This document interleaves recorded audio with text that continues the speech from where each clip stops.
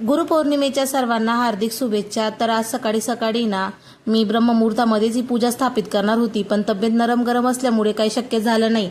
तर त्याच्या अगोदर आहे ना मी सगळ्यात अगोदर घरातली सगळी कामं करून घेतली। मनूच्या पप्पांचा टिफिन बनवून घेतला। आता टिफिन बनवून झाल्यानंतर आहे ना घरात असा सगळा पसारा पडलेला असतो, तर कपडे आवरायचे असतात। त्याच्यानंतर कुणाचे कपडे कुठे असतात ना अजिबात सापडत नाही। त्यानंतर एक कपडा शोधण्यासाठी अनेक कपडे काढून ठेवलेले असतात। मनूची तयारी केली, मनूच्या पप्पांना टिफिन बनवून दिला, मनूला सुद्धा टिफिन बनवून घेतला। त्याच्यानंतर ना कालचे कपडे काढलेले होते ते सुद्धा तसेच होते, त्यांच्या सुद्धा घड्या करून घेतल्या। तर तुमच्याकडे सुद्धा असा कपड्यांचा डोंगर असतो का बघा, माझ्याकडे तर असाच डोंगर आहे। त्यानंतर मग हॉलमधलं बेडवरची सगळी गोधड्या वगैरे आवरून घेतल्या। त्याच्यानंतर बेडशीट वगैरे लावून घेतलं, उशी वगैरे सगळं लावून घेतलं आणि नंतर मग लगेच भांडे आवरायला घेतले। तर ना टिफिन बनवत असताना ना एवढा सगळा राडा आपल्या किचनवर जमा झालेला असतो, तर एवढे भांडे इकडे जमा झालेले होते।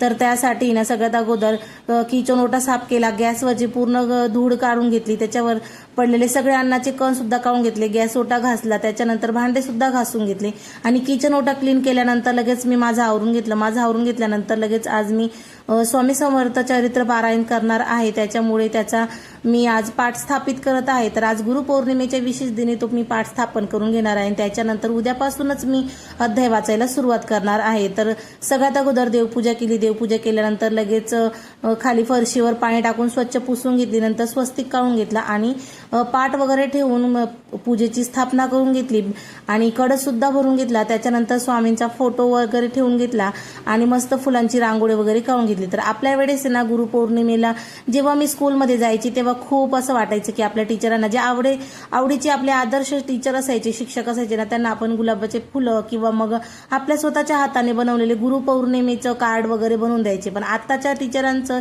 किंवा मुलांचं तसं नातं राहिलं नाही। आता मुलं टीचरांना चिडवतात किंवा मग आता टीचरांना तेवढं आदर्श मुलं मानत नाही। तर जशी जशी परिस्थिती बदलते ना तसे तसे सगळे आपले जे जुने सण आहेत किंवा जे जुने त्योहार आहेत ना ते सगळे वेगळे होऊन चालले। तर त्याच्यानंतर मी सगळे पूजा विधी पूर्ण आटोपून घेतली आणि त्यानंतर लगेच मी प्रसाद सुद्धा बनवायला घेतला।